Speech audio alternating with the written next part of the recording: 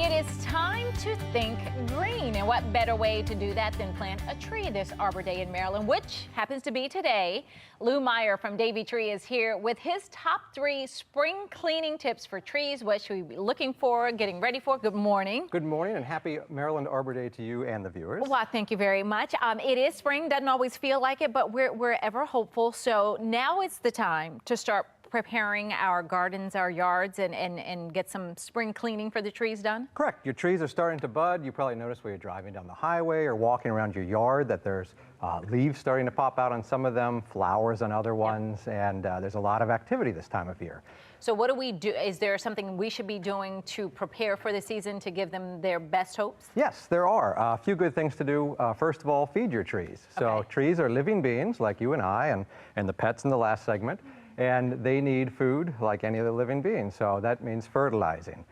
We do at Davy Tree, we do a deep root fertilizer where we come out to your property and use a soil probe that gets down underneath the turf, which is really important. In the suburban and urban environments, a lot of times there's grass all around the trees, and we need to get those nutrients underneath that grass to the root systems so that they're readily available for the trees.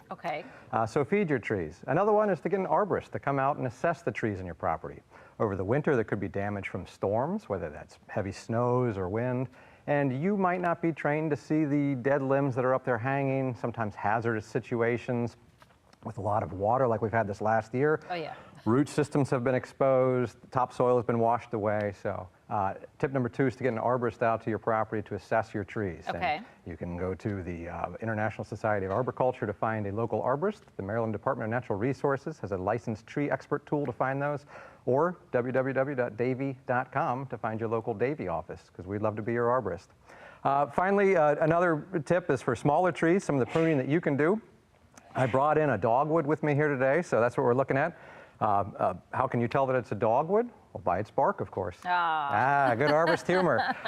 So what we look for in a small sapling like this, if this happens to be in your front yard, is anytime you have crossing branches, so branches that are rubbing against the bark, whether it be the trunk or other branches, the bark of the tree is like your skin. It's the first line of defense against infection. So if it's rubbing against the bark, then it opens up for infection, and you want to get that off. So we would clip these 2 little ones off here that are rubbing.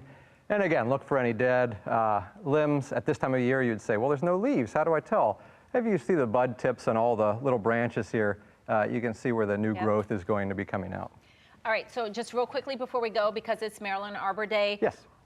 Let's give some history. What's the Maryland tree? Well, the state Maryland tree is the white oak. The white oak. The white oak is the state tree of Maryland. The Y oak over in Y Mills across the bay is the state tree of Maryland. Now, the Y oak was removed, I want to say 9 or 10 years ago. It had reached the end of its life and it became a hazard. But the Y oak is rich in the Maryland history, and we're very proud of that. And there you go. There you have it.